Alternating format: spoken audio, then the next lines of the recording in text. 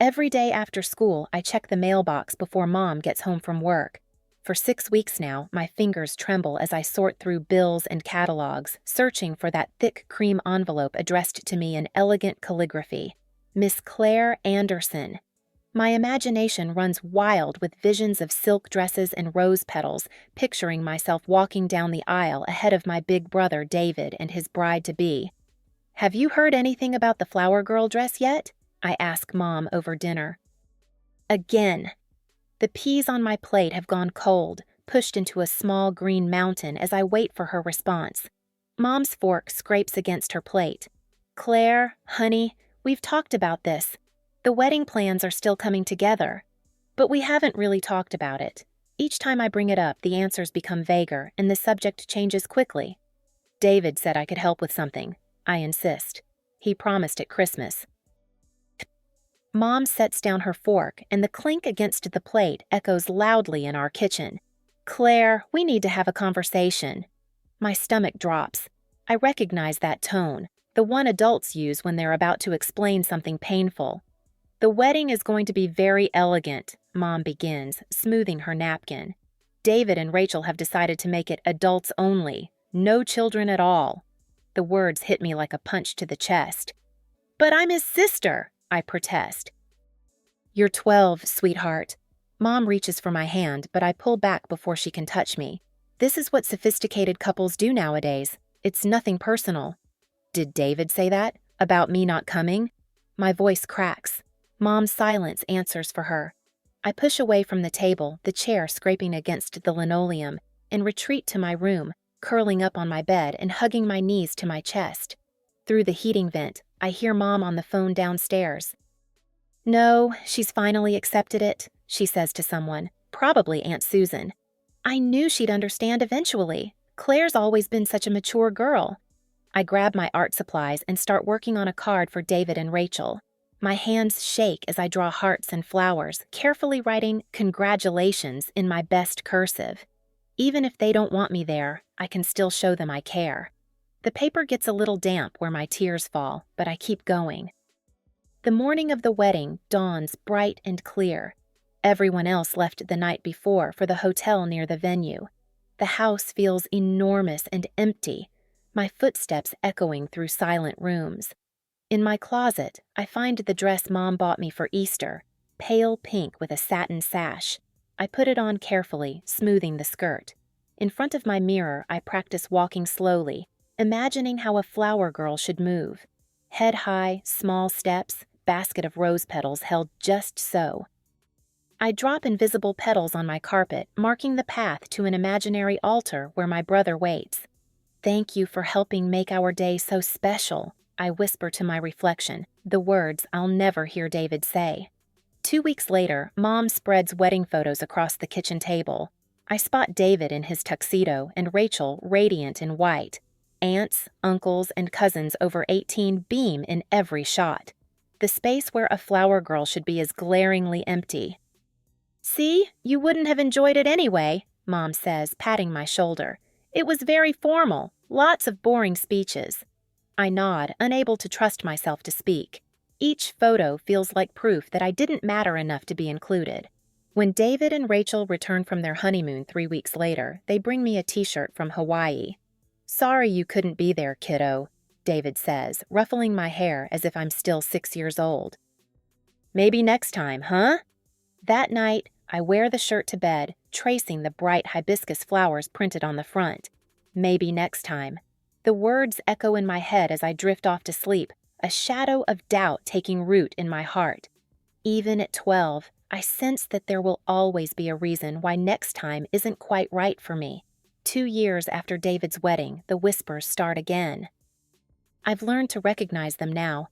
The sudden hush when I walk into the kitchen, Mom's phone calls that move to the back porch, and the way Joel won't quite meet my eyes at Sunday dinner. At 14, I understand more than they think. The signs multiply, like winter frost spreading across a window. Joel's fiancée, Sarah, shows me her ring but never mentions bridesmaids. Mom stores white tissue paper and ribbon in the craft room but changes the subject when I ask what she's wrapping.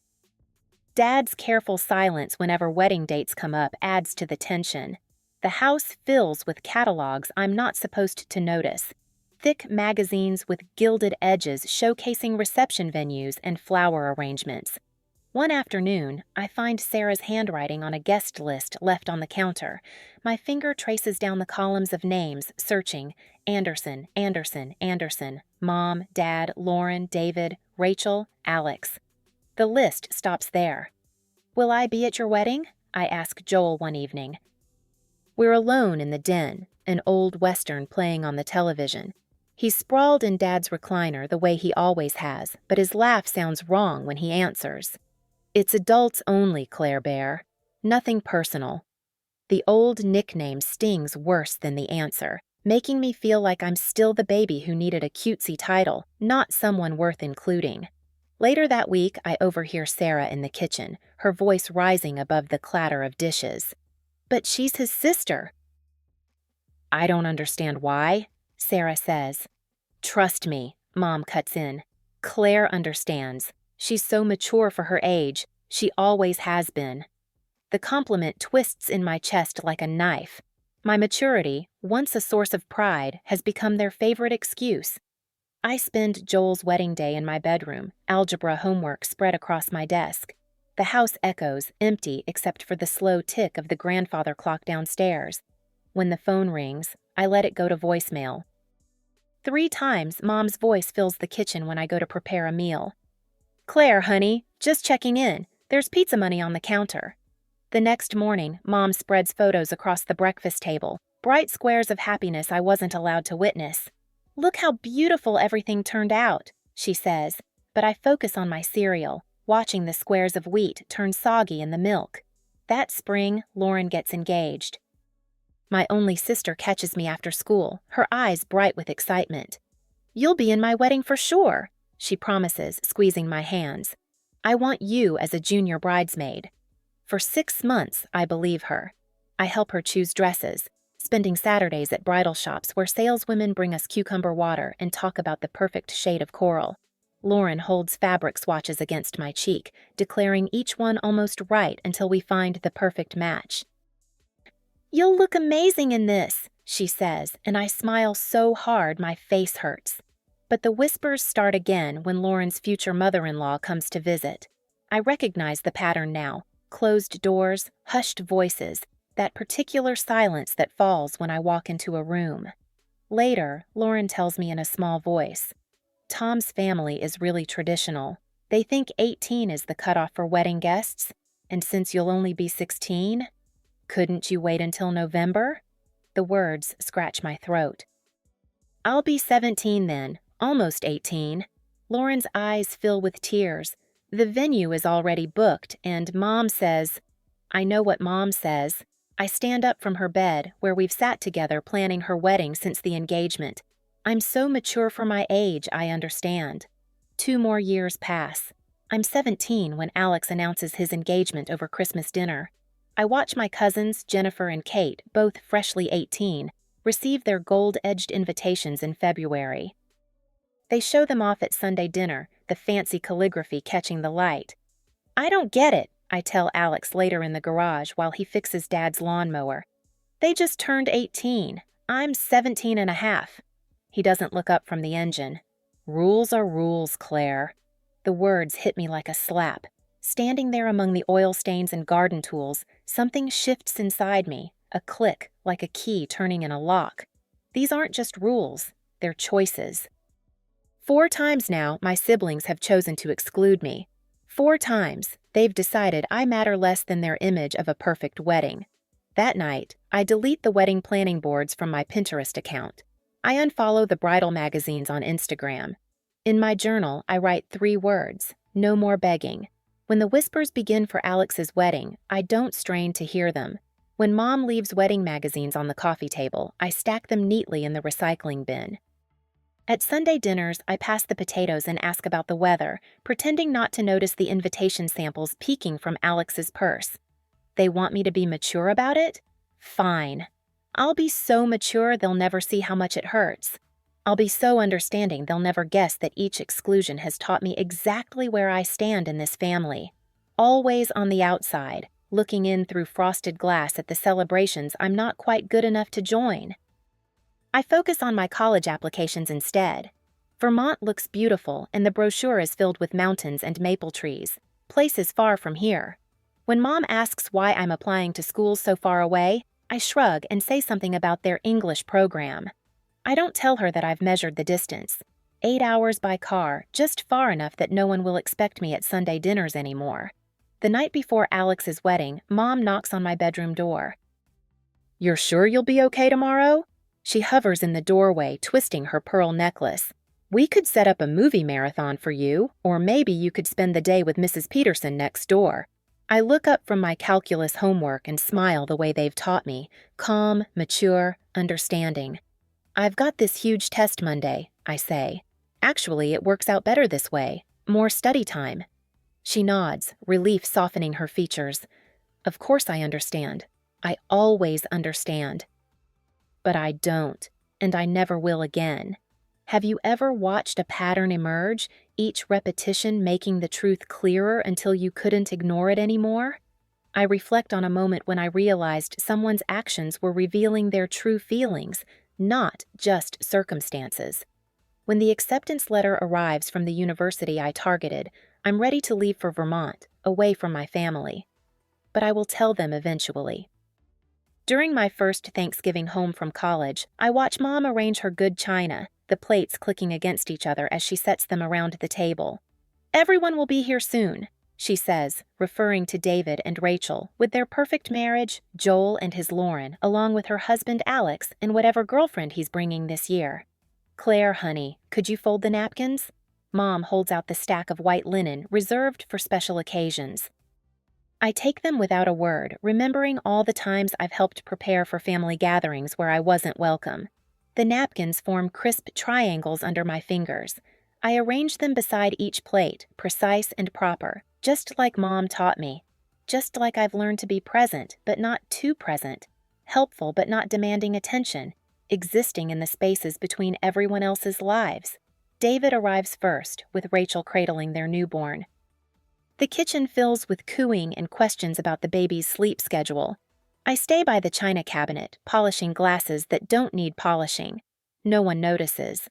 "Vermont's pretty far," Mom says later, passing me the mashed potatoes. "Are you sure about this college choice? There are plenty of good schools closer to home." I spoon potatoes onto my plate. I already accepted their offer. Silence drops over the table like a heavy blanket. 5 pairs of eyes stare at me, the first time they've really looked at me all evening. "When were you planning to tell us?" Dad's fork scrapes against his plate. "I'm telling you now." My voice comes out steady, surprising me. 4 years of being the afterthought in their celebrations have taught me to build my own life in the quiet spaces they never bothered to fill. Lauren reaches for my hand. "But Claire, we won't see you. You haven't seen me for years." The words slip out before I can catch them. "Not really." More silence follows. Rachel bounces the baby while Alex suddenly finds his green beans fascinating. Mom dabs at her mouth with her napkin. That was the last time I attended any kind of family gathering. The next 4 years pass quickly, filled with studying and focusing solely on myself. After graduation, I find an apartment in Burlington. It's small, just a studio with a kitchenette and a window that looks out on a brick wall. But it's mine. Every morning, I wake up to sunlight painting patterns on walls I chose, surrounded by furniture I picked out. No one else's wedding photos stare down at me, no empty spaces where I should have been, but wasn't. "Join us for book club Thursday?" Maria from the library staff room asks, holding up her thermos of coffee. "We're reading that new mystery everyone's talking about." Thursday used to be family dinner night. I haven't been to one in years. Count me in. The book club leads to coffee dates, which lead to movie nights. Maria introduces me to her cousin who teaches yoga. Sarah from yoga class invites me to her art show. My calendar fills with notes in different colored inks, from people who text to check if I'm free, who notice when I miss our regular meetups, who remember my birthday without Facebook reminders. "Your potluck contribution was amazing," my neighbor Mrs. Wilson says, returning my casserole dish. Would you share the recipe? I invite her in for tea. She tells me about her grandchildren while I write down the ingredients. Her photos show every family member, even the smallest ones. No one cropped out, no one too young to matter. The community garden plot comes with my apartment building membership. That's where I meet Mark, both of us reaching for the same tomato plant at the spring planting exchange. You take it, he says. I've killed every tomato I've ever tried to grow. I could teach you. The words surprise me. I've learned to be careful with offers, with hope. But his smile reaches his eyes, warm and genuine. We plant tomatoes together every weekend. He listens when I talk about work, about my book club, about the art class I'm taking. He notices when I skip over family stories, the way I edit around the empty spaces in my history. One evening, kneeling in the dirt, he asks about the gap in my photo collection. No wedding pictures of your siblings? There are 5 of you, right? The tendril of a pea plant wraps around my finger. I could deflect, like always, change the subject. But Mark's hands are steady, and the earth beside mine is patient with silence. I wasn't invited. My voice catches. To any of them. He stops digging. What do you mean not invited? They all had adult-only weddings. Every single one. The words tumble out, years of carefully managed pain breaking free. I was 12 for David's wedding, 14 for Joel's, 16 for Lauren's. She promised I could be in hers, but then changed her mind. 17 for Alex's, just a few months too young, every time. Mark's hand finds mine, dirt and all. Claire, that's not normal. That's not what family does. Something cracks in my chest. All these years, I've told myself it was normal, traditional, sophisticated. The stories I built to make it hurt less crumble like dry soil. Was I really that forgettable? The question I've carried since I was 12 finally finds its voice. That easy to leave out? Mark pulls me close, not minding the garden dirt on my cheeks or the tears making tracks through it.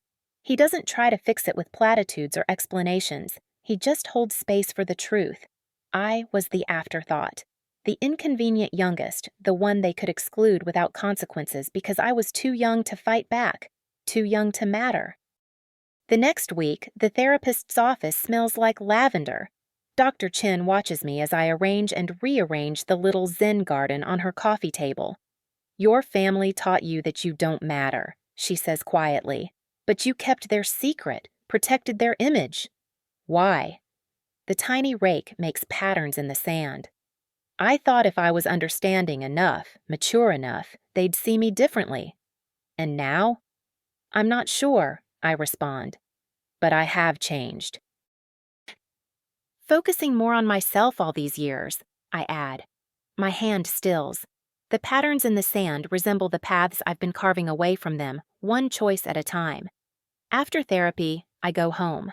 A text from David arrives on a Tuesday that same week. Madeline's christening next month, family only. You'll be there? I look around my apartment, tapping Maria's painting on the wall, glancing at the tomato plants thriving on my windowsill, and at the photo of Mark and me covered in garden dirt and laughter. My thumbs hover over the phone. The old Claire would have said yes, would have shown up with a gift and a smile, taking her place in the back row where she wouldn't disturb the perfect family picture. I'm busy that weekend, I type instead. Good luck with the christening. I set the phone down. My hands don't shake at all. A month later, tomato plants bow heavy with fruit in the community garden, their leaves brushing my ankles as Mark leads me down the narrow path between plots. It's late August. Sunlight warms my shoulders, and the air smells of basil and ripening vegetables. We reach our plot, the one where we first met 2 years ago, both of us new gardeners with more enthusiasm than skill. Remember how you taught me the right way to stake tomatoes? Mark kneels beside our thriving plants, adjusting a vine. I kept doing it wrong until you showed me. I laugh, remembering his determined expression as he wrestled with twine and bamboo poles. You were so worried about hurting the plants. I still am. He stands, brushing dirt from his jeans. But you taught me something important that day. Sometimes you have to be firm to help things grow strong. The evening light catches something in his hand, a small box, dark velvet. My heart stutters. Claire. His voice carries the weight of certainty. You showed me how to nurture things properly, how to build something beautiful from the ground up. He opens the box, revealing a simple gold ring set with a pearl. Will you marry me? Tears blur my vision, but I see him clearly, more clearly than I've ever seen anyone in my life. You see me, I whisper. You really see me. Always. He slips the ring onto my finger. It fits perfectly, like his arms around me, like his heart understanding mine. Between kisses, we agree. A small wedding, meaningful and true. Only people who matter. My voice carries a quiet confidence I've never felt before. Our wedding will be different. A week later, we sit at my kitchen table with a bottle of wine between us and a blank piece of paper before me. The pen hovers over the space where sibling names should go. David, Joel, Lauren, Alex, the four. Spaces that should be automatic. Family, blood. My hand moves past that space, writing other names instead. Mrs. Wilson, who brings me soup when I'm sick. Tara from college, who drove 6 hours when Mark's mom died. People who show up, who see me, who stay. Are you sure? Mark asks softly, watching my pen skip those 4 vital spaces. I lift my eyes to his, and my smile holds peace instead of pain. More sure than I've ever been about anything. The call comes 3 days later. Mom's voice crackles through my phone speaker, confusion building with each question about ceremony details. But when are we discussing the family invitations? We aren't. The words come steady and certain. There won't be any. No siblings. Silence stretches between us, pulling taut like a rubber band about to snap. You can't be serious. Her voice rises, sharp with disbelief. This is spite, pure childishness. No, Mom, this is peace. The rubber band breaks. Calls flood in, one after another, my phone buzzing like an angry hornet's nest. Joel is first, his lawyer voice trying to reason with me. Then Alex, all careful logic about family obligations. David, playing the eldest, threatens in that soft way of his. Mom and Dad won't come if you do this. Lauren calls last, her tears trickling through the speaker. But I'm your sister. Your only sister. You were my sister when I was 16 too. My voice stays level, though my hands shake. 6 months, Lauren. You couldn't wait 6 months so I could be at your wedding? That was different. We had to. Extended family, venue requirements, adult-only policies, traditions. Each excuse falls from my lips like stones. I've heard them all before. 4 times before. I hang up without further consideration.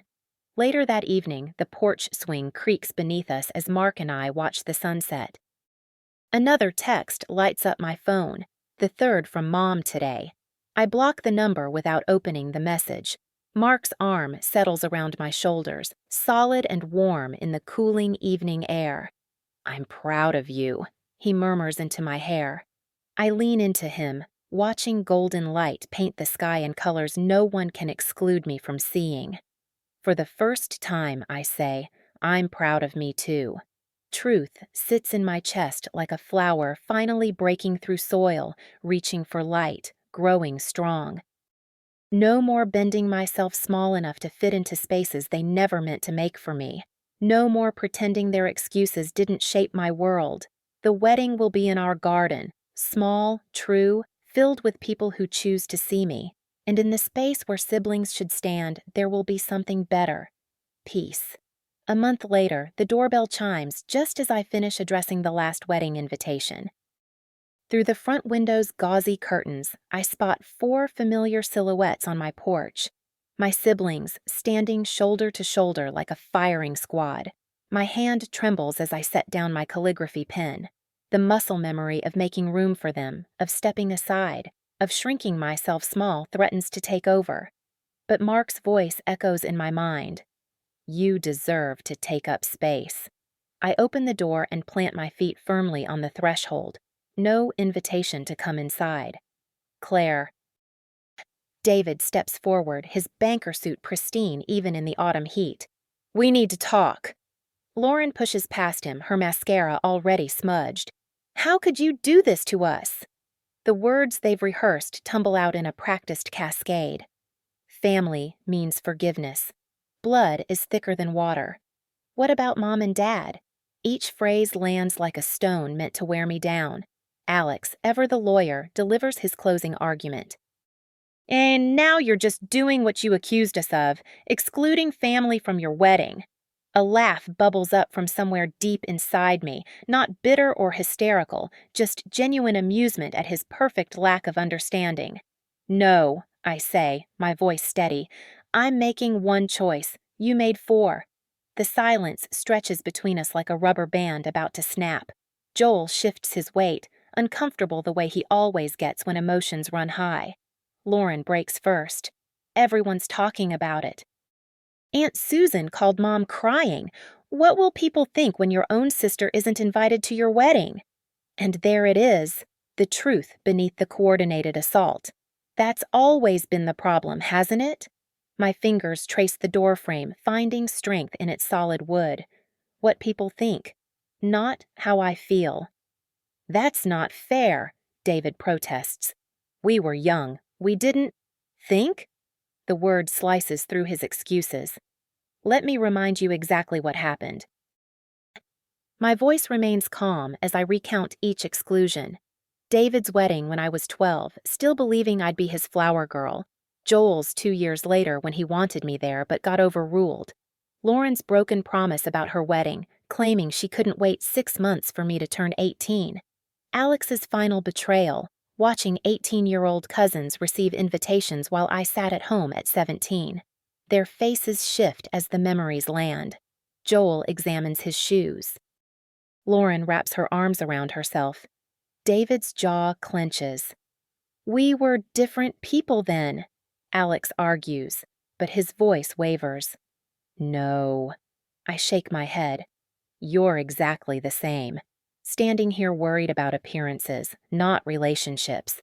Trying to force me to make you comfortable instead of acknowledging how you hurt me. Claire. Lauren reaches for my hand. I step back. We're sorry. We were wrong. Please don't do this. You're not sorry you hurt me, I say softly. You're sorry there are consequences. There's a difference. The phone rings inside. I know it's Mom before I answer, just like I know exactly what she'll say. My siblings' expressions confirm they orchestrated this too. Claire, honey. Mom's voice wobbles with tears. Your father and I won't come without all our children there. The words should shatter me. Instead, they clarify everything. Then, I'll miss you at my wedding. My voice stays gentle. Just like I missed being at all of theirs. The silence on the other end stretches long enough that I wonder if she's hung up. Then, barely audible, you don't mean that. I do. For the first time, those 2 words feel like a promise to myself instead of to others. I love you, Mom, but I won't pretend anymore. I end the call and turn back to my siblings. They stare at me like I'm a stranger speaking a language they don't understand. Maybe I am. Claire? David starts again, but I hold up my hand. No more speeches, no more guilt, no more pretending we're something we're not. I step back inside my house. I hope you all have wonderful lives, but I won't spend mine begging to matter. The door closes with a quiet click. Through the window, I watch them huddle in a conference, probably planning their next strategy. But I'm already turning away, back to my calligraphy pen and the invitations for people who've proven they want to be there. Later that night, I find Mark in our bedroom, studying a family photo from Christmas years ago. 5 siblings squeezed onto a couch, my smile a fraction too bright as I tried to prove I belonged. Second thoughts? He asks, wrapping his arms around me from behind. I touch the glass, tracing the space between me and my siblings. It's always there, even in photos. No, for the first time I'm being honest about our relationship instead of pretending it's what I wished it was. Mark kisses my temple. You know what the hardest part of watching you go through this has been? What? Seeing how extraordinary you are and knowing they missed it. Their loss, sweetheart. Their loss. I lean back against his chest, breathing in the familiar scent of his soap. The photo shows the family I tried desperately to be part of. But here, in this moment, I'm building the family I deserve. One that sees me, includes me, and celebrates me. One invitation at a time. 2 months later, sunlight streams through sugar maple branches, casting dappled shadows that dance across 80 white chairs. The morning air carries hints of wildflowers and fresh-cut grass. Mrs. Wilson, my next-door neighbor for the past 3 years, stretches to adjust a bouquet of black-eyed Susans and Queen Anne's lace. Her weathered hands move with practiced grace, each stem finding its perfect place. "Just like my own garden," she says, stepping back to survey her work. "Natural, not too fussy." I touch a lantern hanging from a nearby branch, its glass cool against my fingertips. Paper lanterns line the winding path between the chairs, ready for tonight when Mark and I will walk beneath their glow as husband and wife. My college roommate, Sarah, appears at my elbow, squeezing my hand. 2 seats in the front row remain empty, stark white against the green grass. The wedding coordinator hovers nearby, pen tapping against her clipboard. "We could wait another 15 minutes, she offers. "Sometimes traffic—" "No." The word comes out soft but certain. "Everyone who's coming is here." Sarah's grip tightens. She remembers those endless nights in our dorm room, my quiet tears after each sibling's wedding. She was there when Lauren's invitation never came, 6 months before my 18th birthday. The violin music begins, floating through the garden like a summer breeze. My hands smooth the simple silk of my dress. No lace, no beading, just clean lines and honest fabric. My feet find their rhythm on the grass, each step deliberate and sure. Mark waits beneath an arch of climbing roses. His eyes fill when he sees me, and a tear slips down his cheek. No shame in it. No attempt to hide the depth of what he feels. This is what love looks like when it's real, when it's earned through 1,000 small moments of truly seeing each other. Marriage, our celebrant begins, her voice carrying to the last row of chairs, is about the family we choose. The ones who show up, who make space, who say you matter. Not just with words, but with presence. Mark's hands tremble slightly as he slides the ring onto my finger. "I choose you," he says. Not just for today, but for every day. To notice, to include, to cherish. My voice stays steady through my vows. No more trembling little girl, hoping to be worthy of attention. I choose you and the family we will build together, one where everyone has a place at the table. At the reception, tables overflow with the people who filled my life with meaning. My first-grade teacher, who still sends birthday cards. The librarian, who saved me a quiet corner during high school lunch periods. Co-workers who became friends. Neighbors who became confidants. Professor Jenkins raises his glass, his bow tie slightly crooked. "Family isn't just born," he says, wisdom earned through 40 years of teaching shining in his eyes. Family is earned, built, chosen day by day. The room fills with genuine laughter, real stories, not the polite fiction of family obligation, but the truth of lives intertwined by choice. My heart feels full, complete, no hollow spaces where siblings should be. Little Sophie, Mrs. Wilson's granddaughter, catches my bouquet. Her small hands clutch the flowers as she runs up to me, blonde curls bouncing. "When you have another party?" she asks. "Can I come?" I kneel down, my dress pooling around me. "Sophie, you will always be included. Always." Mark watches us, love and understanding written across his face. He knows what those words mean coming from me, the weight of them, the promise. Later, we stand beneath a canopy of stars, Vermont's mountains dark shadows against the sky. Sparklers trace golden paths through the night air.